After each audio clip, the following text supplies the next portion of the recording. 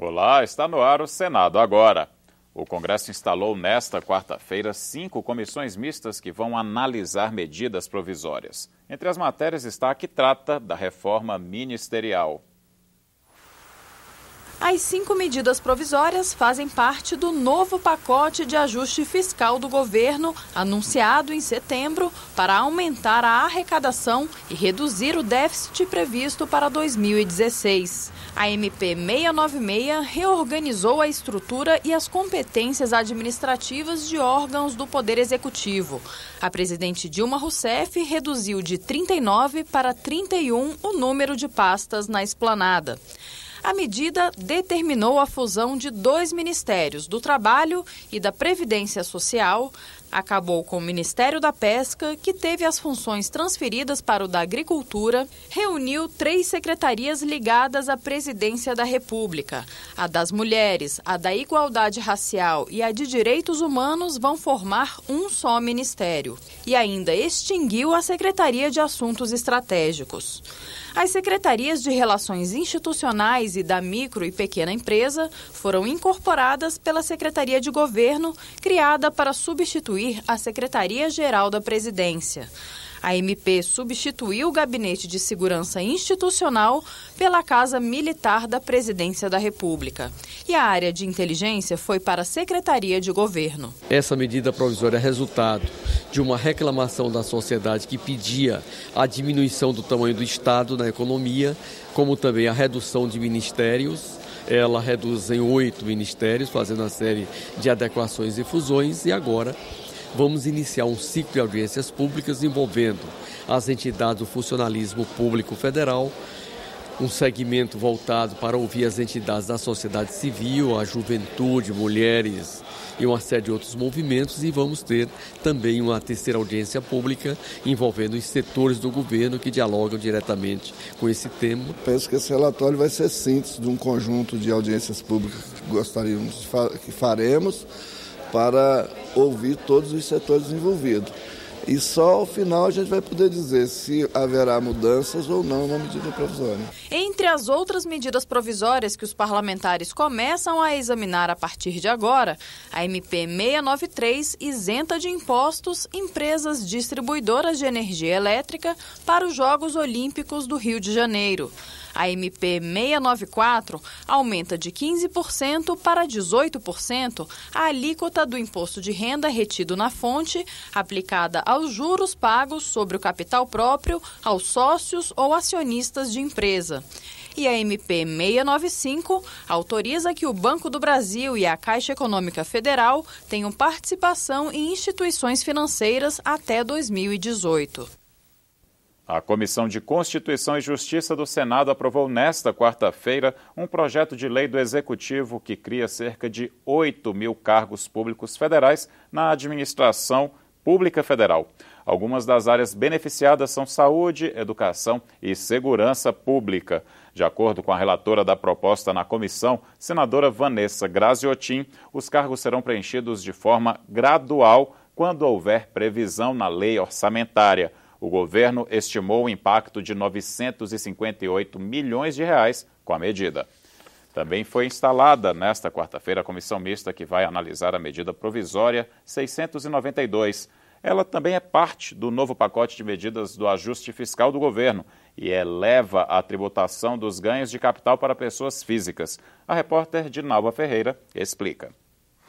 Ganho de capital é a diferença entre o valor de compra de um bem, como por exemplo ações ou um imóvel, e o valor de venda. Se uma pessoa comprou um imóvel por R$500 mil e vendeu por 700 mil, terá 200 mil de lucro. É sobre este valor, o ganho de capital, que ela paga um imposto que hoje é de 15%. Aumentar o imposto sobre transações em que o ganho de capital passe de R$1 milhão é uma das apostas do governo para equilibrar as contas. A intenção é estabelecer 4 faixas de cobrança dependendo do valor lucrado. Segundo a MP, o percentual deverá variar de 15% a 30%. Quem tiver mais de R$1 milhão de ganhos de capital vai pagar 20% de imposto. Acima de 5 milhões, 25%. E acima de 20 milhões de reais, a alíquota sobe para 30%. O Sindicato dos Corretores de Imóveis de Brasília prevê que a medida vai desacelerar ainda mais o mercado. Vai haver, sem dúvida, um engessamento no momento. Vai haver um problema sério nas grandes aplicações, nos grandes investimentos. O economista Carlos Eduardo de Freitas não concorda. Segundo ele, o imposto só vai ser alto para quem é muito rico. E a medida pode ser entendida como taxação de grandes fortunas. A tributação fica pesada quando o ganho de capital passa de 20 milhões de reais. Então aí já é uma pessoa que tem de fato uma fortuna muito grande para ter um ativo, digamos, um imóvel que vale 30, 40 milhões de reais. O professor de economia da Universidade de Brasília, Roberto Piscitelli, diz que o aumento de imposto sobre ganhos de capital pode até representar uma receita adicional para o governo, mas a tributação de rendimentos passa por uma mudança maior. O que a gente precisa de uma reformulação mais ampla, mais abrangente na legislação do imposto de renda, onde a questão da tributação dos ganhos e rendimentos de capital seria um dos aspectos a serem considerados. E isso teria que se fazer de forma integrada e harmônica com a tributação dos rendimentos do trabalho de um modo geral. Se for aprovada por senadores e deputados, a medida só começa a valer em janeiro do ano que vem. Tem que tirar de quem tem para dar para quem não tem, né? E, claro, o ganho de capital, principalmente o imposto sobre as grandes fortunas, tudo isso tem que ser pauta agora dessa reforma. As pessoas ganham e ninguém sabe o montante, porque, infelizmente, há uma certa condescendência do que diz respeito a esse segmento. A mesma coisa que você majorar as grandes fortunas. Isso também é uma reação muito grande no que diz respeito a esse tipo de tributos. Nos outros países do mundo se faz isso. Aqui no Brasil se cria dificuldade, mas é um caminho. Após passarem pela análise das comissões mistas, as medidas provisórias ainda serão votadas pelos plenários da Câmara e do Senado separadamente e precisam ser aprovadas para não perderem a validade. Em audiência pública na CPI do futebol, dirigentes defenderam maior proteção aos clubes na formação de jogadores, elogiaram a renegociação das dívidas e pediram rigor no combate à corrupção no futebol brasileiro e mundial. A CPI investiga irregularidades em contratos assinados pela CBF durante a Copa do Mundo de 2014. Em maio deste ano, dirigentes da FIFA foram presos na Suíça por um esquema de corrupção na escolha dos países sedes. Entre eles, o brasileiro José Maria Marim. Desde então, o atual presidente da CBF não acompanha a seleção em jogos no exterior. Os cartolas do Vasco e do Corinthians ironizaram a ausência de Marco Polo Del Nero. Só tem uma justificativa para não ir na viagem do time. O Cito não está bem fisicamente. Essa é a única justificativa. O outro não tem justificativa.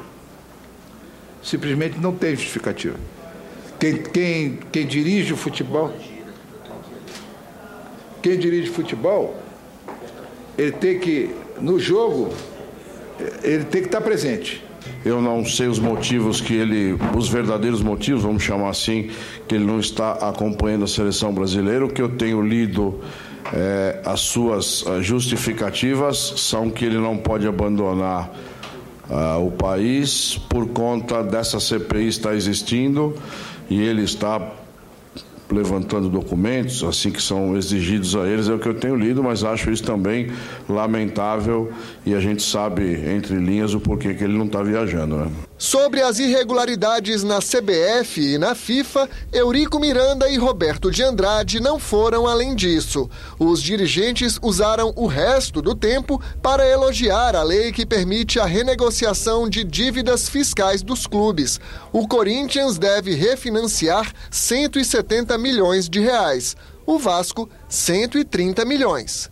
Você paga em 240 meses, reduzindo 100% do encargo fiscal, 70% da multa e 40% dos juros, e ainda nos 2 primeiros anos você paga só metade, quer dizer, quem não aderir a isso está pensando em outra situação, de não pagar nunca.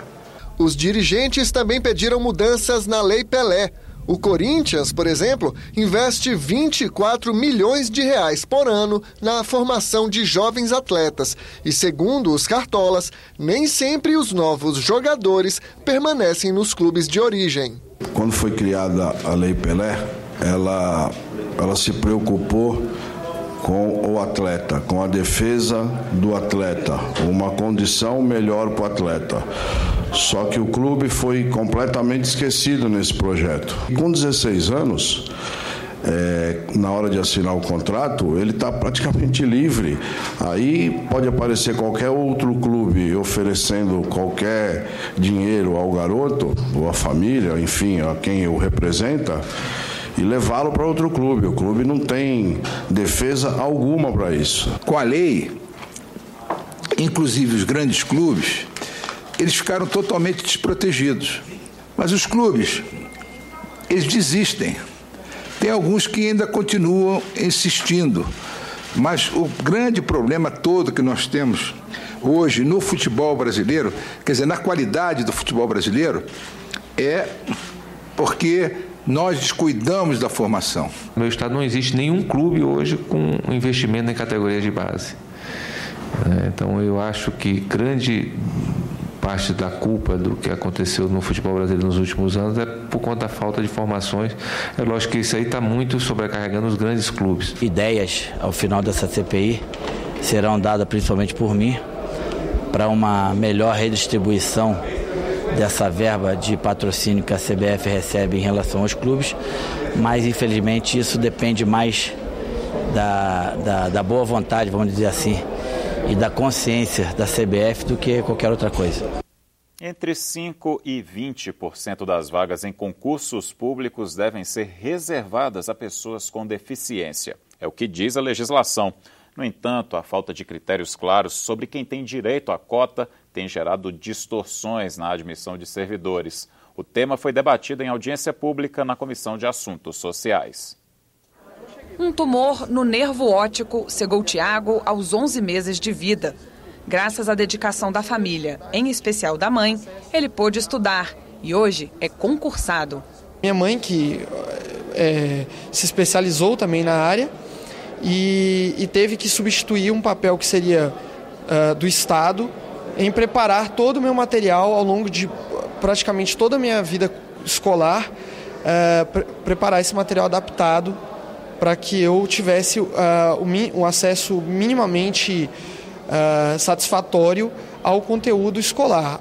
Mas as portas do serviço público não se abrem tão facilmente para pessoas como o Tiago. Quais os tipos de deficiência que temos nos quadros de serviços públicos? As grandes deficiências nós não temos. Nós temos pessoas que perderam 2 dedos, pessoas que estão com dificuldade de extensão de algum membro, pessoas que estão com encurtamento de 0,7 centímetros na perna.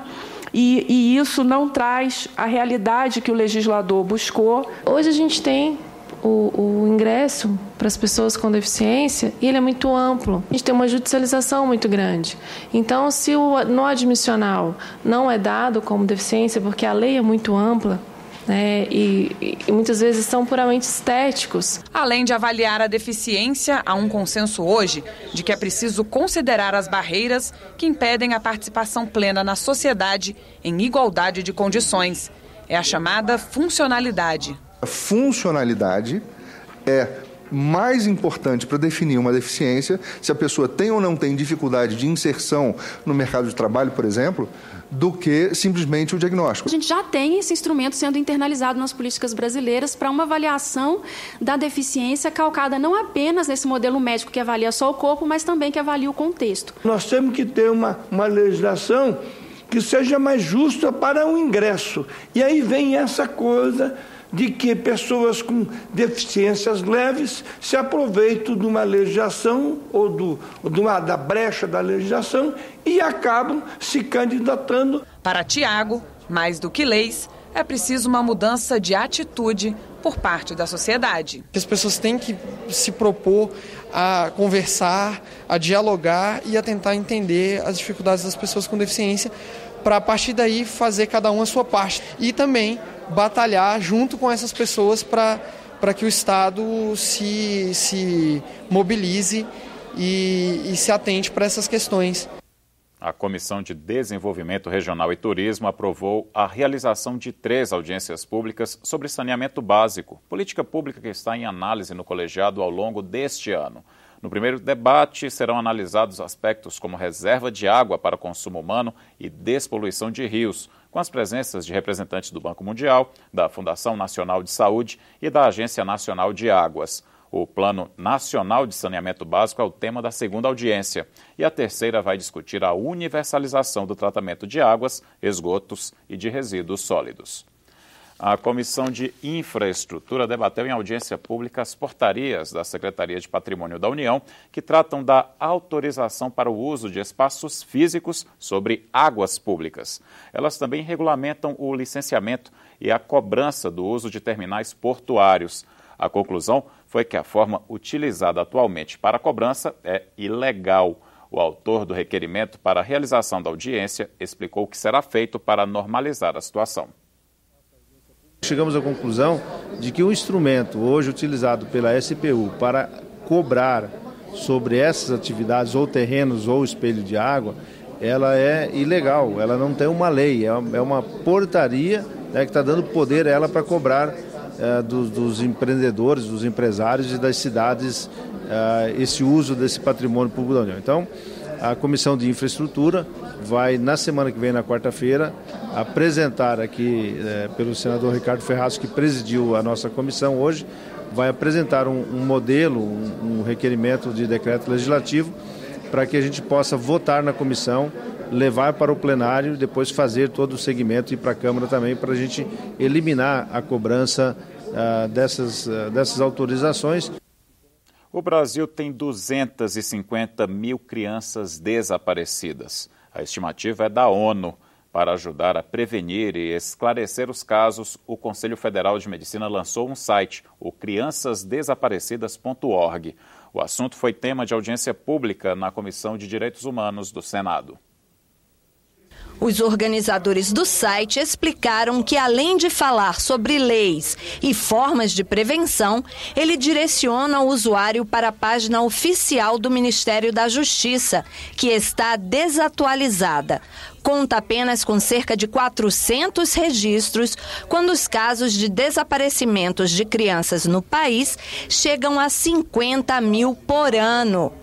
O Conselho de Medicina pede também que seja acatada uma sugestão de lei que está em análise na CDH. O que diz o projeto do senador Valdir Raupp? Os senhores... O senador acolheu o projeto do Conselho Federal de Medicina.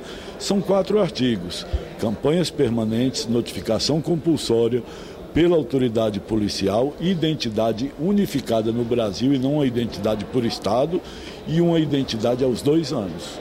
Logo após a reunião, a Comissão de Direitos Humanos aprovou pedidos para várias audiências públicas. Entre elas, uma que vai debater a fosfoetanolamina sintética. A droga, desenvolvida pela Universidade de São Paulo há cerca de 20 anos, tem sido anunciada como a cura para o câncer. Esse medicamento que não está sendo produzido no país e os investimentos seria muito barato e salvariam milhares de vidas, para a gente debater esse tema aqui no Senado. É uma doença que se procura a cura há muito tempo. E poder pensar que essa doença, médicos brasileiros conseguiram, por sua dedicação a essa pesquisa, chegar a uma descoberta, é realmente tem que ser estudado mais profundamente, e é inaceitável que nós não consigamos um apoio para que esse estudo prossiga ou seja realmente avaliado se realmente é verdadeiro ou não. Mulheres parlamentares de todo o país estiveram no Congresso Nacional nesta quarta-feira. Elas se reuniram para o encontro dos entes federados pelos direitos das mulheres. O principal tema em debate foi a baixa participação feminina na política brasileira. Hoje elas eram maioria, mas normalmente não é bem assim. A necessidade de maior presença feminina nas casas legislativas brasileiras foi defendida pelas mulheres e também pelos homens. Quando se faz o apanhado de quase 200 países, o Brasil está entre os últimos colocados quando o tema é participação das mulheres nos parlamentos. E isso piora os parlamentos. Os participantes debateram e assinaram a Carta de Brasília, uma manifestação por um pacto estratégico em defesa dos direitos das mulheres. Na carta, eles pedem a rápida aprovação da PEC já aprovada aqui no Senado, que estabelece uma reserva mínima de vagas para as mulheres nas casas legislativas. Os signatários da carta pedem ainda empenho na aprovação da PEC que garante a presença de mulheres nas mesas diretoras das casas legislativas e a criação de órgãos para representar os interesses das mulheres nas esferas política e administrativa. O Brasil apresenta um dos menores índices de presença feminina nos parlamentos. No Senado Federal, 15 dos 27 estados brasileiros não têm representação das mulheres. É inaceitável que sejamos mais da metade da população e, entretanto, sejamos ainda tão poucas nos espaços de decisão política, inclusive nos parlamentos. O poder no Brasil, infelizmente, ainda é escrito com letras masculinas e essa realidade nós vamos mudar juntas. Nós aqui no Congresso Nacional temos muitas medidas que tramitam na nossa casa, tanto no Senado quanto na Câmara dos Deputados. Assim como tenho convicção e certeza absoluta que nas assembleias legislativas são muitos os projetos de leis que tratam dos direitos das mulheres. Na Câmara de Vereadores também. Ficamos por aqui. Você terá outras notícias a qualquer momento na nossa programação. Obrigado pela companhia. Até a próxima.